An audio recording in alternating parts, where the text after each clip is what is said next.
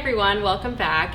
Today I wanted it to be a little bit different. I wanted to share something a little bit more personal, something that my husband and I and my family saw God's hand work in our lives, and I hope that today's story will encourage you. Maybe you find yourself in the same situation that I am, or maybe it's not the same situation, but you can definitely relate to the sentiments. And so I pray that what I'm about to share with you will touch you and encourage you.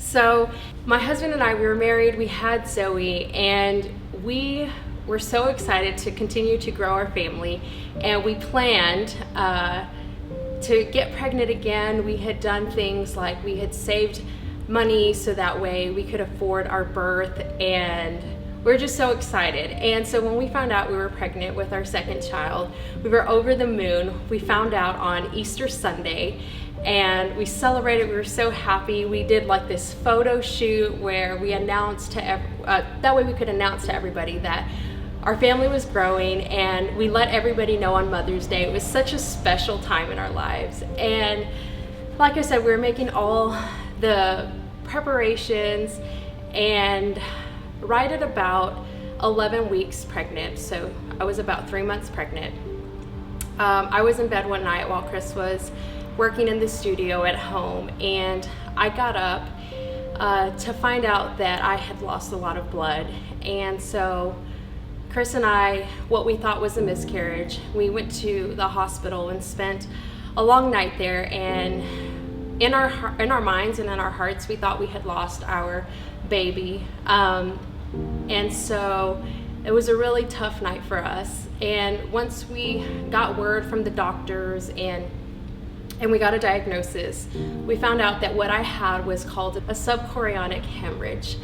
And so with that, they said it's something that is pretty common amongst pregnancy. However, I had already lost so much blood, and I still had about 7, I believe it was millimeters of blood still left outside of my uterus. And the common number for women is about 2 to 3. And so I had already lost blood, and I still had about 7 of it left inside of me. And so they told us to go home and that I would probably miscarry, and just to return to the doctor or hospital whenever that happened.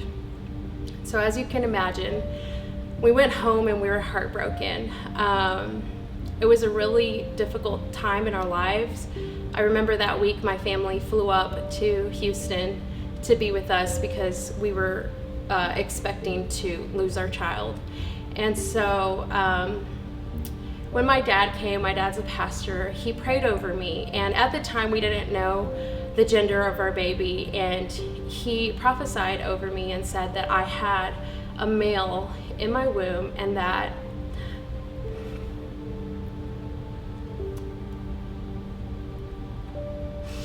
I can't do it, guys.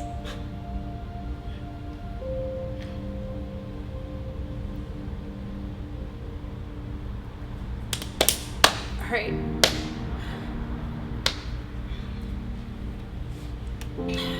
Okay, so my dad came over and he prophesied over me and said that in my womb I had a male, and that this little boy would be anointed and chosen. And so I believed, the word of the Lord. And so I gathered up all of my courage that I had inside and my faith, and I remember they told me to follow up with my doctor within a week's time. And so I had a week to just really be in prayer and muster up all of my faith, and I believed so strongly in my heart that I would go back to the doctor and they would tell me that by some miracle this blood was gone and that I would carry my child to full term.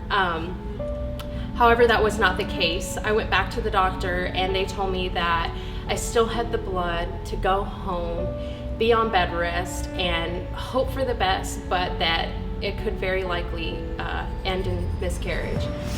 And so that began the journey for me and my husband. And I wish I could sit here and tell you that there was this wonderful miracle from one day to the next, the blood was gone. This does end happy. It is a great story. The child that I'm talking about in this story is my son Jax, and so I did carry Jax to full term, and he is my miracle baby. However, during this time, I got to know God in a different way that I had never experienced him before. I truly, in my heart, believed that God had the power to heal me instantly. And when I didn't see that happen, it really tested my faith. It tested my faith because I had to believe and hope in God's plan for my life, even though I couldn't see him working immediately and like I wanted him to. And so during that time, I was able to see, maybe not every day, maybe not as strong and faith-filled as I'd like to admit, but I did see him. When this happened, it was in a time period of our lives where my husband had stopped traveling with someone who he'd been traveling, Koalo. He'd been traveling with him for quite some time, and in this time period he had stopped, and it was before he was traveling with Mil San Marcos. And so during this time, my husband was able to be home with me and take care of me, and he did such amazing things for me. I was not able to climb like our upstairs. I could only stay on one level of our house, and so he was so sweet, and he was able to carry me from downstairs to upstairs like twice a day, and that was really sweet. And it was a time where we were able to grow closer in our marriage and in our faith. And also this happened in May, and my mom was off from like June and July, and so she was able to stay with me as well. We had Zoe was little, and so even though I didn't see God answer my prayers like I wanted him to, he did show me that he did provide for me through my family, through my husband, through my mom. And he stood by me in such a hard time. It was such a rough pregnancy. And he sustained me. And you know, a lot of times we tend to say like, God is my provider, God is my comforter, God is my peace. But in the absence of trials and in the absence of things like this, we won't ever get to experience how true those words really are until you're in the middle of a really difficult trial, and all you are doing is hanging on to God's promises for your life. And in those moments, he proves to be true. He proves to be faithful. And maybe your situation doesn't look just like mine. It doesn't look like a health condition. Maybe it looks like something else, maybe a financial, maybe a relationship. But if God has not answered your prayer in the way that you expected him to, I just want to encourage you to keep holding on to his promises, because they are true. And if you look hard enough, you will see God working in your life.